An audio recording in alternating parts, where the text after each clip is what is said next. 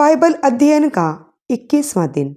आज हम उत्पत्ति ग्रंथ अध्याय 39 और 40, अय्यूब का ग्रंथ अध्याय 31 और 32 और सुक्ति ग्रंथ अध्याय 3 पद संख्याएं 33 और 34 पढ़ रहे हैं। जब हम वचन पढ़ते हैं, वचन हमसे बात करता है। तो आइए हम वचन पढ़ना शुरू करते हैं। उत्पत्ति ग्रंथ अध्याय 39। यूसुफ मिस्र देश ले जाया गया था। फिरौन के एक पदाधिकारी, अंगरक्षकों के अध्यक्ष पोटीफर नामक मिस्री निवासी ने उसे उन इस्माइलियों से मोल ले लिया था जो उसे वहां लाए थे। प्रभु यूसुफ का साथ देता था, इसलिए उसके सब काम सफल थे। वह अपने मिस्री स्वामी के घर में काम कर रहा था। जब उसके स्वामी ने देखा कि प्रभु उसका साथ देता है और प्रभु उसके सब काम सिद्ध कर देता है, तो यूसुफ उसका कृपा पात्र बना। उसने उसे अपना निजी सेवक और अपने घर एवं समस्त संपत्ति का प्रबंधक बनाया। जब से उसने उसे अपने घर और समस्त संपत्ति का प्रबंधक बनाया, प्रभु यूसुफ के कारण उस मिस्री के घर को आशीर्वाद देने लगा। क्या घर, क्या खेत, उसकी सारी संपत्ति प्रभु का आशीर्वाद था। इसलिए उसने अपनी समस्त संपत्ति का प्रबंध यूसुफ के हाथ में दे दिया और उसके रहते उसे अब खाने पीने के सिवा और किसी चीज की परवाह नहीं रह गई। यूसुफ सुडौल और सुंदर युवक था। कुछ समय बाद उसके स्वामी की पत्नी यूसुफ पर आसक्त हुई और उसने उससे कहा, मेरे साथ सोने आओ। परंतु उसने इनकार करते हुए अपने स्वामी की पत्नी से कहा, देखिए, मेरे रहते मेरे स्वामी को अपने घर गृहस्थी की कुछ भी चिंता नहीं रहती, क्योंकि उन्होंने अपनी समस्त संपत्ति का प्रबंध मेरे हाथ में दे दिया है। इस घर पर वह मुझसे अधिक अधिकार भी नहीं रखते सिवा आपके, क्योंकि आप उनकी पत्नी हैं। उन्होंने अपने लिए कुछ भी नहीं रखा है। फिर मैं इतनी बड़ी दुष्टता और ईश्वर के विरुद्ध पाप कर्म कैसे कर सकता हूँ? वह प्रतिदिन यूसुफ को प्रलोभन देती रही, परंतु उसने उसकी एक ना सुनी। वह उसके पास नहीं गया और उसका उसके साथ संसर्ग नहीं हुआ। एक दिन ऐसा हुआ कि वह किसी काम से घर के भीतर आया। उस समय नौकरों में से कोई भी घर में नहीं था। तब उसने यह कहते हुए उसका वस्त्र पकड़ लिया, अब मेरे साथ सो। परंतु यूसुफ ने अपना वस्त्र उसके हाथ में छोड़ दिया और घर से बाहर भाग गया। जब स्त्री ने देखा कि वह उसके हाथों में ही अपना वस्त्र छोड़कर घर से बाहर भाग गया, तब उसने घर के सेवकों को बुलाकर उनसे कहा, देखो, वह इब्रानी हमारा अपमान करने यहाँ लाया गया है। वह मेरे साथ सोने के लिए मेरे पास अंदर आया। इस पर मैं जोरों से चिल्ला उठी। जब उसने जोर जोर से चिल्लाने की मेरी आवाज़ सुनी, तो मेरे पास अपना वस्त्र छोड़कर वह बाहर निकल गया। जब तक उसका पति घर न लौटा, उसने उसका वस्त्र अपने पास रखा। उसने उससे यह कहा, वह इब्रानी दास जिसे तुम हमारे यहाँ लाए हो, मेरा अपमान करने के लिए मेरे पास आया था। परंतु जब मैं जोर जोर से चिल्लाने लगी, तब वह अपना वस्त्र मेरे पास छोड़कर भाग निकला। जब उसके स्वामी ने अपनी पत्नी की यह बात सुनी कि उसके दास ने उसकी पत्नी के साथ ऐसा बुरा व्यवहार किया है, तब वह क्रुद्ध हो गया। यूसुफ के स्वामी ने उसे पकड़वाकर बंदीगृह में डलवा दिया, जहाँ राजा के बंदी कैद थे। वहाँ वह बंदीगृह में रहा, परंतु प्रभु यूसुफ का साथ देता रहा। उसने उस पर दया की और वह बंदीगृह के अध्यक्ष का कृपा पात्र बन गया। बंदीगृह के अध्यक्ष ने जेल के सब बंदियों पर यूसुफ को नियुक्त किया और वहाँ का सब प्रबंधक उसी के हाथों में दे दिया। बंदीगृह के अध्यक्ष को अब इस बात की आवश्यकता नहीं रही कि वह यूसुफ के हाथों में सौंपे हुए किसी काम की परवाह करे, क्योंकि प्रभु उसके साथ था और वह जो कुछ करता था प्रभु उसमें उसे सफलता देता था।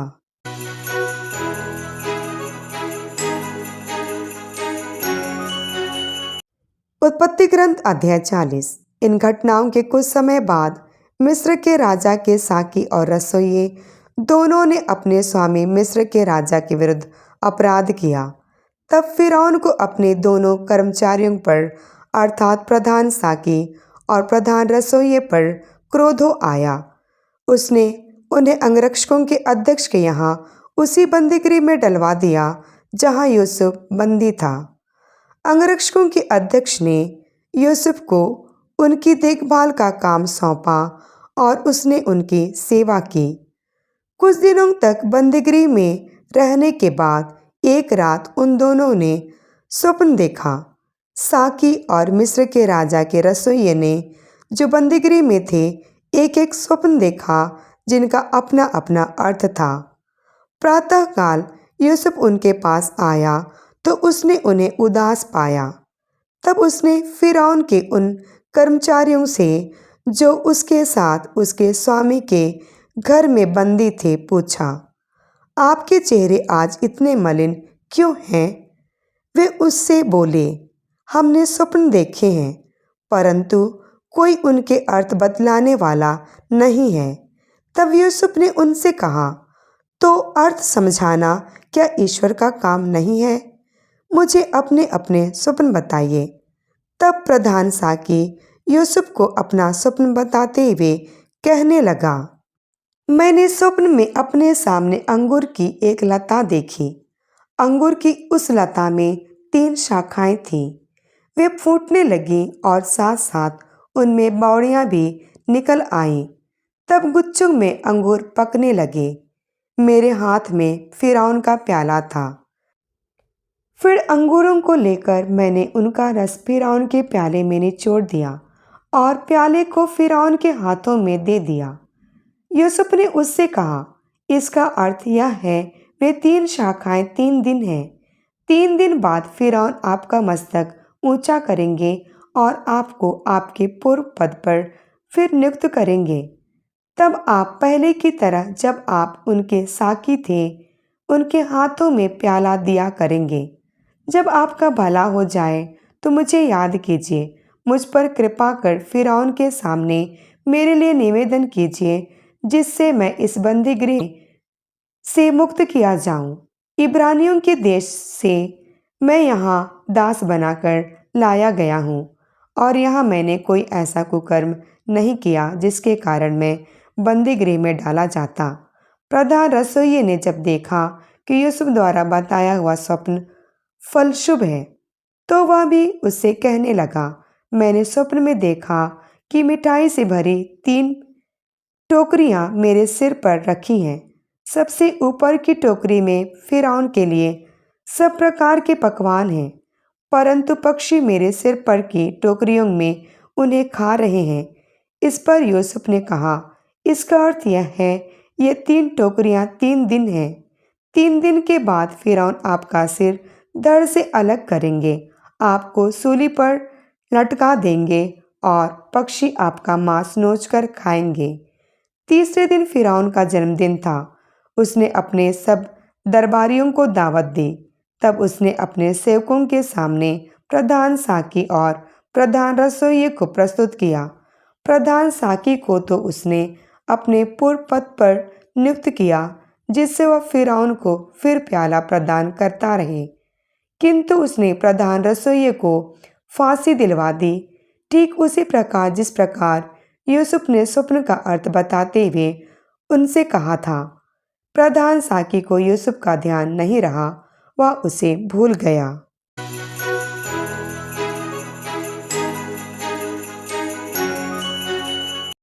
अय्यूब का ग्रंथ अध्याय 31। मैंने अपनी आंखों के साथ समझौता कर लिया कि मैं किसी कुमारी पर दृष्टि नहीं डालूंगा। स्वर्ग में ईश्वर मनुष्य का कौन सा भाग्य निर्धारित करता है? सर्वशक्तिमान आकाश की ऊंचाइयों से उसे कैसी विरासत देता है? क्या वह विधर्मी का विनाश और कुकर्मी की विपत्ति नहीं है? क्या वह मेरा आचरण नहीं देखता? मेरा एक एक कदम नहीं गिनता? तो क्या मैं झूठ के मार्ग पर चला? क्या मेरे पैर कभी कपट की ओर बढ़े? जब ईश्वर मुझे न्याय की तुला पर तौलेगा तो उसे पता चलेगा कि मैं निर्दोष हूँ।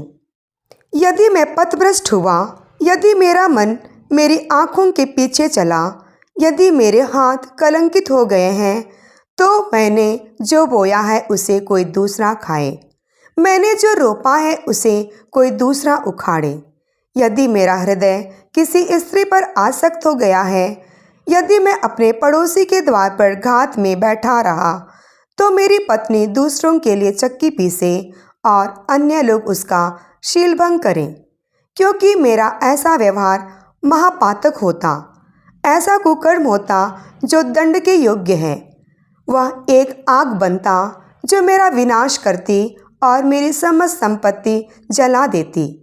यदि मेरे दास या मेरी दासी को मुझसे शिकायत हुई और मैंने उनके साथ अन्याय किया होता, तो ईश्वर के बुलाने पर मैं क्या करता? जब वह पूछताछ करता, मैं क्या उत्तर देता? क्या उसने मुझे उनकी तरह गर्भ में नहीं गढ़ा? क्या एक ही ईश्वर ने गर्भ में हम दोनों की रचना की?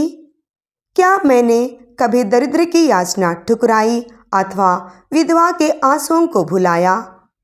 क्या मैंने कभी अनाथ को दिए बिना अकेले ही अपनी रोटी का टुकड़ा खाया?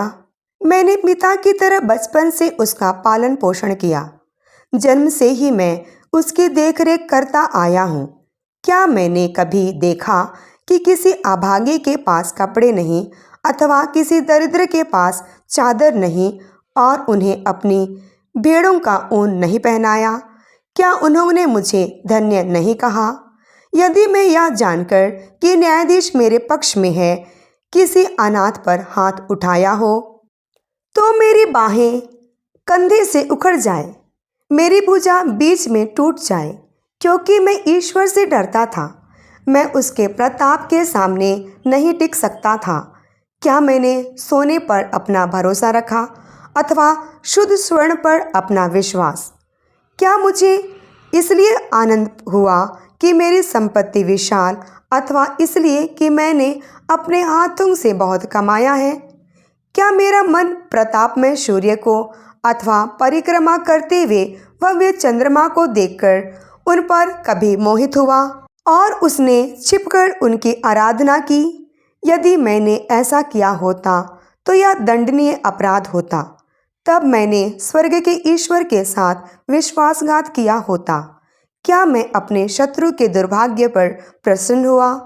क्या मैं उसकी विपत्ति के कारण आनंदित हुआ? मैं उसे मर जाने का अभिशाप देकर पाप का भागी नहीं बना। क्या मेरे तंबू में रहने वाले ने यह नहीं कहा, यहाँ कौन ऐसा है जो खाकर तृप्त नहीं हुआ? कोई परदेसी कभी बाहर नहीं सोया, क्योंकि यात्रियों के लिए मेरा द्वार खुला था। क्या मैंने मनुष्यों की तरह अपने पाप पर पर्दा डाला, अपने हृदय में अपना अपराध छिपाए रखा है? क्योंकि मैं समाज की बदनामी से और कुटुंबियों के तिरस्कार से इतना डरता था कि मैं चुप रहता और अपने द्वार से बाहर नहीं निकलता था। ओह, यदि कोई मेरी बात सुनता! यह मेरा अंतिम निवेदन है। सर्वशक्तिमान मुझे उत्तर दे।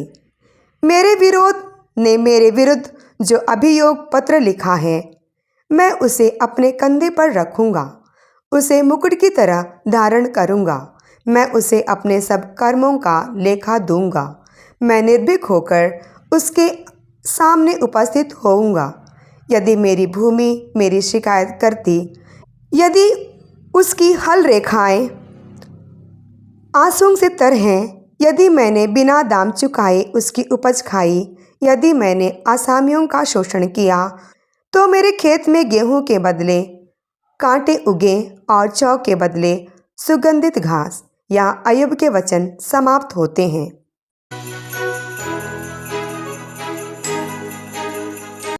अय्यूब का ग्रंथ अध्याय 32। इन 3 व्यक्तियों ने अय्यूब को उत्तर देना बंद कर दिया, क्योंकि वह अपने आप को धार्मिक समझता था। तब रामकुल के बूझवंश बारकिएल का पुत्र एलीहू क्रुद्ध हो उठा। वह अय्यूब पर इसलिए क्रुद्ध हुआ कि अय्यूब ने ईश्वर के सामने अपने को दोषमुक्त प्रमाणित करना चाहा। वह उसके 3 मित्रों पर भी क्रुद्ध हुआ क्योंकि उन्हें कोई उत्तर नहीं सूझा और इस प्रकार उन्होंने प्रभु को दोषी माना था। उनमें सबसे छोटा होने के कारण ही एलीहू अब तक अय्यूब से नहीं बोला था। जब एलीहू ने देखा कि ये तीनों कोई उत्तर नहीं दे सके हैं, तब वह क्रुद्ध हो उठा। तब बूज वंशज बारकिएल के पुत्र एलीहू ने उत्तर देते हुए कहा, उम्र की दृष्टि में मैं छोटा हूँ और आप लोग बड़े हैं, इसलिए मुझे संकोच हुआ और अपना मत प्रकट करने का साहस नहीं हुआ। मैं सोचता था बड़े बूढ़ों को ही बोलने दो, वे प्रज्ञा की शिक्षा देंगे, परंतु मनुष्य की आत्मा और सर्वशक्तिमान की प्रेरणा उसे विवेक प्रदान करती है। ना तो प्रज्ञा वर्षों की संख्या पर निर्भर रहती और ना बड़े बूढ़ों में ही विवेक होता है। इसलिए मैं कहता हूँ, मेरी बात सुनिए, मैं भी अपना मत प्रस्तुत करूँगा। देखिए, मैं आप लोगों की बातों की प्रतीक्षा करता रहा। जब आप अय्यूब का खंडन करने के लिए शब्द ढूंढ रहे थे, तो मैं आपके तर्क सुनता रहा। मैंने आप लोगों के कहने पर पूरा ध्यान दिया, किंतु आप लोगों में किसी ने अय्यूब का खंडन नहीं किया। आप लोगों में किसी ने उसे उत्तर नहीं दिया। आप यह न कहें, वह हमसे अधिक बुद्धिमान है। ईश्वर ही उसका खंडन कर सकता है, मनुष्य नहीं। उसने मुझे संबोधित नहीं किया। मैं उसके सामने आपके तर्क प्रस्तुत नहीं करूँगा। अब वे घबरा गए, वे कुछ नहीं कहते, उन्हें कोई उत्तर नहीं सोचता। मैं क्यों चुप रहूं? वे फिर नहीं बोलेंगे, वे चुप्पी लगाए खड़े हैं। मैं भी अपनी ओर से अय्यूब को उत्तर दूंगा, मैं भी अपना मत प्रस्तुत करूंगा। मेरे पास असंख्य तर्क हैं, मेरी आत्मा मुझे बोलने के लिए बाध्य करती है। मेरा अंतरतम चर्मपात्र के बंद अंगूरी जैसा है, नई अंगूरी से भरी मशकों जैसा जो फटी जा रही है। राहत के लिए मुझे बोलना ही पड़ेगा। मैं होठ खोलकर अय्यूब को उत्तर दूंगा। मैं ना किसी के साथ पक्षपात करूंगा और ना किसी की चापलूसी। यदि मैं चापलूसी करने में निपुण होता तो ईश्वर तुरंत मेरा अंत कर देता। सुक्ति ग्रंथ अध्याय 3 पद संख्याएं 33 से 35 तक। दुष्ट के घर पर प्रभु का अभिशाप पड़ता है, किंतु वह धर्मी के घर को आशीर्वाद देता है। प्रभु घमंडियों को नीचा दिखाता और दीनों को अपना कृपा पात्र बना लेता है। बुद्धिमान लोगों को सम्मान मिलेगा और मूर्खों का तिरस्कार किया जाएगा। प्रियजनों, एक बार फिर प्रभु ने हमें एक और दिन देने के लिए ईश्वर का वचन को ध्यान से सुनने, पढ़ने और अध्ययन करने का कितना बड़ा आशीर्वाद दिया है। हमने उत्पत्ति की पुस्तक से 29वें और 40वें अध्याय पढ़े हैं। यह वाक्यांश इस अध्याय में 2 बार दोहराया गया है कि प्रभु यूसुफ के साथ थे। पहली वाक्यांश तब है जब उसे पोतीफर के घर में नौकर के रूप में नियुक्त किया गया। ऐसा कहा जाता है कि जब यूसुफ को दास के रूप में पोतीफर को बेच दिया गया था, तब ईश्वर उसके साथ थे। दूसरा उदाहरण तब है जब आप जेल में बंद थे। याद रखें, यूसुफ वादा किए गए देश में नहीं है। ऐसा नहीं है कि वादा किए गए देश में ईश्वर उसके साथ है, बल्कि उस वादा किए गए देश से भाइयों के धोखे और नफरत में फंस गए यूसुफ को निकाले जाने के बाद ईश्वर उसके साथ था। इस अंधेरे कमरे में बंद होकर मैंने कोई गलती नहीं की है। स्वप्न का अर्थ बताते समय यूसुफ ने पिलानेहारे से कहा था कि तू अपने प्रभाव का प्रयोग करके मुझे बाहर ले आ, लेकिन 40वां अध्याय समाप्त हो गया एक दर्दनाक वाक्य कहकर। पिलानेहारे को यूसुफ की सुधि ना रही, उसे बुला दिया गया। जिनके बारे में हमने सोचा था कि वे गंभीर संकट में हमारे साथ होंगे। अवसर आने पर आसानी से खुद को भुला जाना इंसान की नज़र में एक दर्दनाक हकीकत है। लेकिन यूसुफ इस बारे में विशेष रूप से चिंतित या तनावग्रस्त नहीं दिखता। पवित्र आत्मा ने पवित्र शास्त्र में कोई संकेत नहीं दिया है।